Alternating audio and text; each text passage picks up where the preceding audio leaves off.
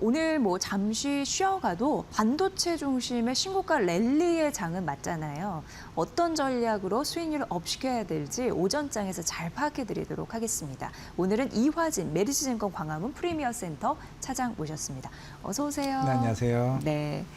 많은 분들이 오늘 뭐 SK하이닉스가 지금 좀 눌리고 있어도 프리마켓 300만 원까지 찍었거든요. 그 이후에 좀 차익 실현 매물이 나오는 것 같거든요. 전반적으로 삼성전자, SK하이닉스 추가 강세 이어질 수 있을지 굉장히 중요한 변곡점일 것 같기도 합니다. 차장님 생각에는 어떠십니까? 네. 최근에 이제 SK하이닉스나 이제 SK스퀘어 같은 경우는 결국 최근에 이제 ADR 이제 발행 이슈 때문에 좀 단기적으로 좀 굉장히 좀 속도가 좀 빨리 왔다는 측면이 좀 없지 않아 있었던 것 같고, 결국에는 이번에 이제 마이크론 실적이 조금 새로운 이제 변곡점이 좀 되지 않을까 생각을 하고 있습니다. 이게 시장이 이제 마이크론 실적 발표를 앞두고 오늘 어떻게 보면 뭐 ADR 뭐 승인 여부나 이게 어느 정도 좀 차익 실현에 대한 빌미라 좀 생각을 해볼 수가 있을 것 같은데, 왜 지금 마이크론이 실적 발표를 앞두고 이게 시장이 좀 어느 정도 경계감을 가지냐. 왜냐하면 네. 1분기 가이던스 때 얘기를 한 게 그 다음 분기 때 우리는 총 매출 이익률에 대해서 82에서 85%까지 넘길 수 있다고 얘기했거든요. 이게 굉장히 높은 허들의 목표치입니다. 만약에 이게 통과가 이걸 넘어서면은 그럼 시장은 확실히 이제 마이크론이나 이 업황 자체에 대한 마진이 굉장히 크다라 좀 보여줄 수 있는 상황이기 때문에, 만약에 여기 못 넘으면은 약간 거기에 대한 시장이 좀 두려움이 좀 어느 정도 좀 조정세가 좀 나올 수 있는 부분이 좀 될 수는 있긴 하겠지만은, 결국에는 이제 2분기 이제 추정치가 삼성전자가 대략 60조에서 한 70조 정도 좀 수준이다 보니까 결국에는 이제 3분기부터 이제 HBM4에 대한 경쟁이 불붙을 수점이 있다라고 보고 있기 때문에, 다시 조정시 나오면은 아직까지는 삼성전자와 하이닉스는 오히려 매수 기회로 좀 잡는 게 좀 맞지 않을까라는 생각을 하고 있습니다. 네, 그러니까 무조건 다 차익 실현하기보다는 그래도 이렇게 조금 빠졌을 때 더 네. 매수의 기회 아직까지 룸은 또 열려 있다라는 게 차장님의 네. 생각이시네요. 네, 맞습니다. 예, 예. 결국에는 지금 이제 우리가 그동안 사실 올라온 게 본용 메모리 쪽, 흔히 말해서 커뮤니티 가격이 올라오면서 그 가격제에 대한 영향을 받았지만은, 결국에는 3분기 때부터는 지금 HBM4 쪽으로 사실 그 마진이 훨씬 더 갭이 더 커질 수 있는 좀 상황이고, 이번 마이크론 실적 발표에서 주목을 받아야 될 거는 결국 부채에 잡히는 이제 선급금, 그러면 계약 부채가 얼마만큼 많이 잡히느냐가 주목될 가능성이 굉장히 큽니다. 이제 SK하이닉스 같은 경우는 이번에 엔비디아와 2년 계약을 맺었죠. 그러니까 공시사항은 아니에요. 이건 명확하게 아셔야 되는 게, 공시사항은 아니라서 결국에는 약정 금액이 선급금이 얼마만큼 그 연결 부채에 잡히느냐에 따라서 그럼 향후에 28년도, 29년도의 밸류를 좀 매길 수 있는 좀 상황이라서, 그걸 뚜껑을 열어보고 나서 그럼 새로운 밸류에이션 릴레이팅이 좀 될 수 있다고 좀 보고 있습니다. 네. 그래도 이제 조금 더 의미 있는 부분이 ETF 관련인데, 네. 우리나라의 반도체 로망 구성된 ETF가 또 미국에 상장된다라는 이슈도 뜨더라고요.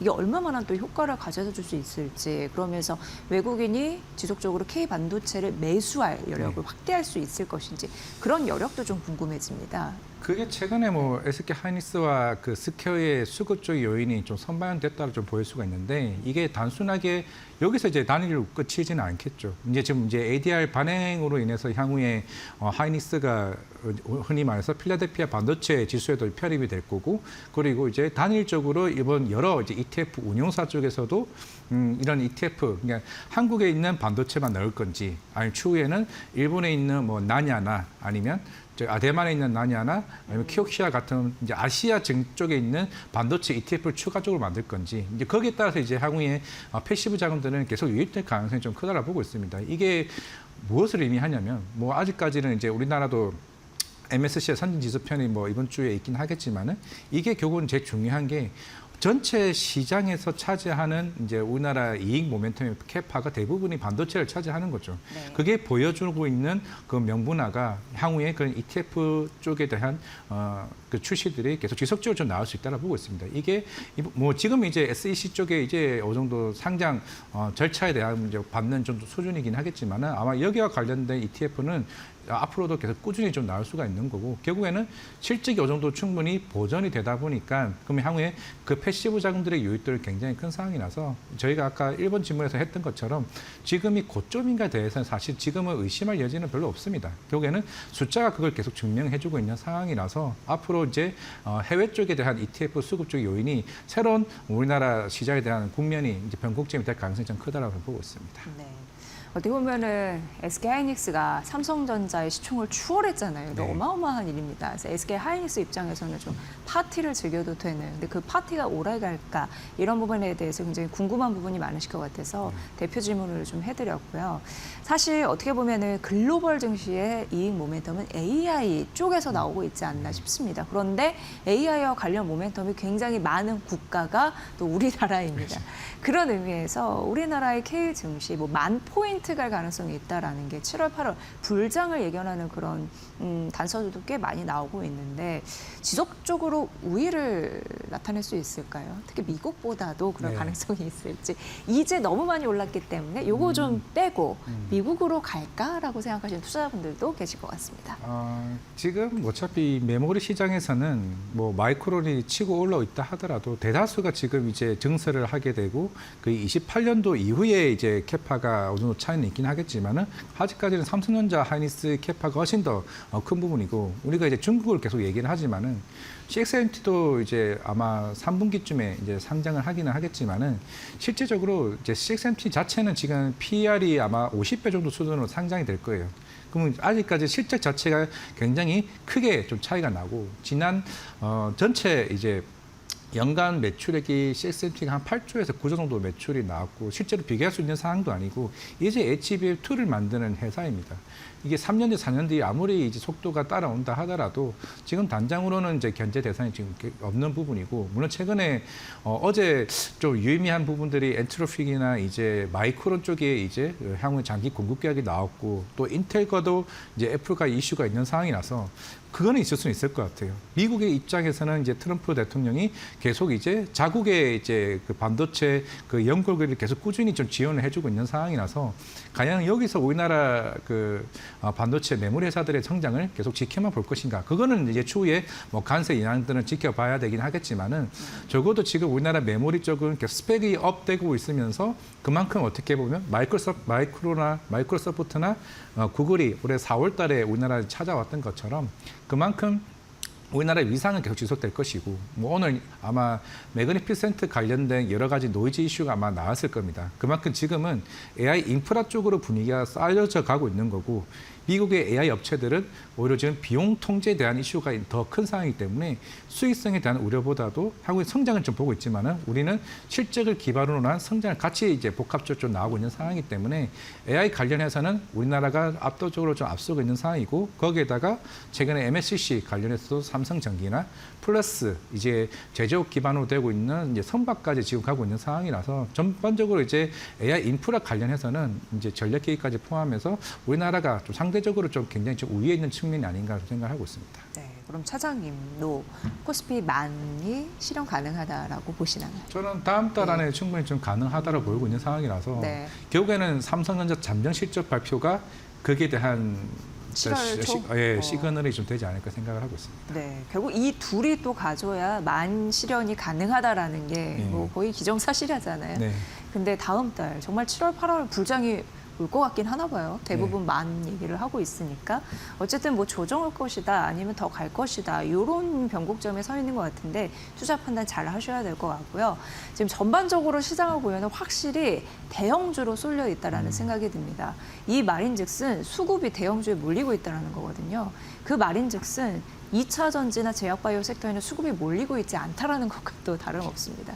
근데 2차 전지와 바이오 섹터가 코스닥도 대부분이잖아요. 네, 맞아요. 그래서 못 가는 흐름들이 나타나고 있습니다. 이거 어떻게 봐야 됩니까? 사실 뭐 바이오 헬스케어 쪽도 사실 업황은 엄청나게 좋습니다. 나쁜 건 아니에요. 왜냐면은 상반기에 기술 이전을 총 한 14건 정도를 했습니다. 이거는 역사상 가장 많은 기술 이전을 좀 보여왔었고 이제 오늘부터 이제 바이오 USA가 열리긴 하겠지만 사실 이거는 기존의 AACI나 아스코와 다르게 기술 이전을 논의하는 대부분의 그런 자리이기 때문에 뭐 올릭스나 뭐 ABL 바이오나 뭐 오스코텍 같은 여러 회사들이 그동안 많이 누적되고 쌓여왔던 그 임상 실험 효과를 어느 정도 이제 결과로서 보여줄 수 있는 그 기반이 이제 하반기에 좀 보여줄 수 있다라고 보고 있는 상황이라서 결국에는 전반적으로 금리 인상에 대한 변화들, 시그널이 뭔가 명확하게 보여줘야 될 걸로 보고 있는 상황이고, 우리가 지금 ECB가 금리 인상을 했고 BOJ도 이제 금리 인상을 하다 보니까 다음 달에 있을 우리나라 금통위에 대한 이제 부담도 시장에서 있다 보니까 전반적으로 2차 전지 같은 경우도 사실 업황은 나쁘진 않아요. ESS는 굉장히 좀 잘 되고 있죠. 대신에 지금 시장이 2차 전지는 한참 이제 램프업 기간입니다. 램프업 기간이라는 거는 비용을 계속 쓰고 있다라는 거죠. 비용을 쓰고 있다 보니까 우리가 3년 전에 이제 그때 막 증설을 했는데 업황이 부진하다 보니 고정비 부담이나 가동률도 안 좋았고 인건비 부담 생기고 부채비 올라가다 보니 그에 대한 이제 트라우마가 지금 시장에 같이 좀 반영되고 있다라고 보고 있는 상황이라서 대신에 지금 이제 ESS 쪽은 워낙 이제 그 CATL이 미국에서 철수한 효과를 그대로 어느 정도 반영되고 있는 상황이고 지금은 이제 LNF 같은 경우도 이제 그동안 3년 전에 20% 가동률에서 지금 70% 80%까지 올라왔습니다. 업황은 나쁘진 않아요. 1분기도 역대 최대치의 양극재 출하량을 좀 보여준 상황이라서 근데 제가 봤을 때는 제약바이오 2차 전지는 결국에는 금리 인상에 대한 영향이 완전히 이제 바뀌게 되었을 때 최근에 케빈 호치도 물론 매파적으로 얘기를 하지만은 그냥 결과론적으로는 아직까지는 모든 것을 밝히지 않겠다. 결국에는 데이터만 보고 우리는 확인하겠다 얘기한 상황이라서 만약에 이번 주에 PCE 데이터가 생각보다 이제 물가가 충분히 잡힌다. 지금 어떻게 보면 유가가 지금 77달러인데 금통위도 브렌트유를 하반기에 거의 한 85에서 90달러로 이제 반영이 되고 있는데 거기만 안 가면은 생각보다 금통위도 금리 인상에 대한 스탠스를 생각보다 덜 잡게 된다라고 하게 되면 저는 코스닥도 하반기에 충분히 눈여겨봐도 된다고 좀 생각하고 있습니다. 네. 근데 이제 코스닥 승강제 얘기 많이 나왔는데 이게 어떻게 보면 세부한 발표가 좀 연기가 됐습니다. 그럼 정책적인 후퇴인지 그러면 그동안 받을 수 있는 모멘텀을 돌려놔야 되는 건지 어떻게 보십니까? 이것도 어떻게 보면은 이 코스닥 승강제와 관련해서 이게 명확한 기준이 좀 필요하다라고 생각을 하고 있어요.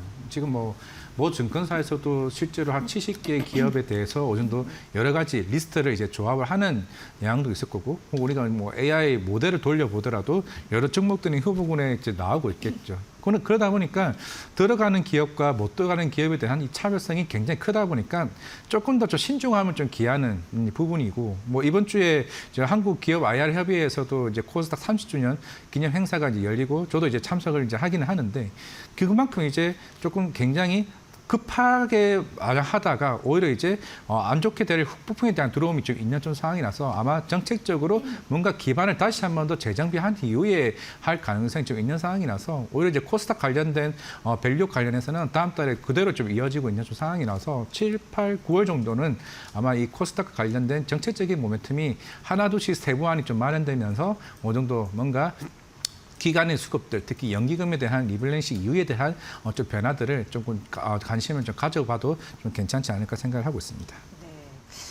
사실 실적은 우리가 강하잖아요. 네. 그런 의미에서 좀 이렇게 떨어졌을 때 비중 확대 전략. 어차피 그 차장님의 그 논리대로라면 삼성전자, SK하이닉스 더 갈 거고 그에 힘받쳐 코스피 만 갈 거고 그러면은 또 실적이 강한 상황에서 어쨌든 이렇게 비중 확대 전략이 유효한 거잖아요. 이렇게 눌렸을 때 6월 말 7월까지 전략 어떻게 세워야 될지 다시 한번 이제 정리로 들어보도록 하겠습니다. 항상 제가 이제 전체 포트에서 얘기를 하는 건 40에서 50%는 반도체를 계속 꾸준히 좀 가져가자입니다.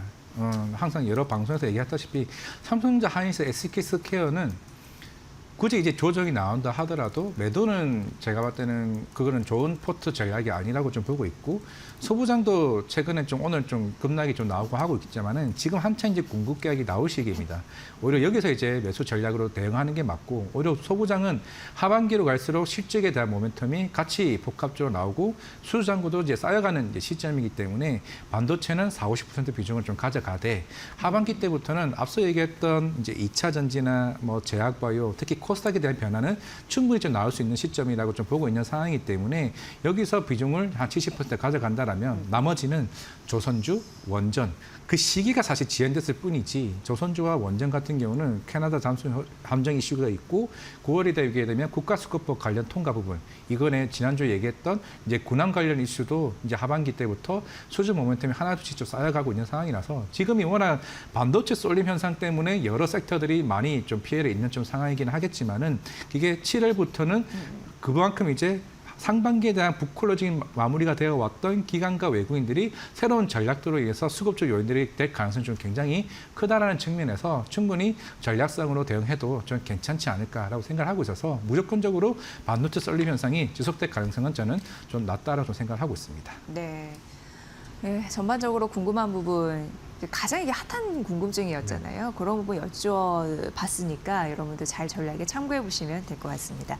이화준 메리츠증권 광화문 프리미어 센터 차장의 분석으로 들으셨습니다. 고생 많으셨습니다. 잘 들었습니다. 네.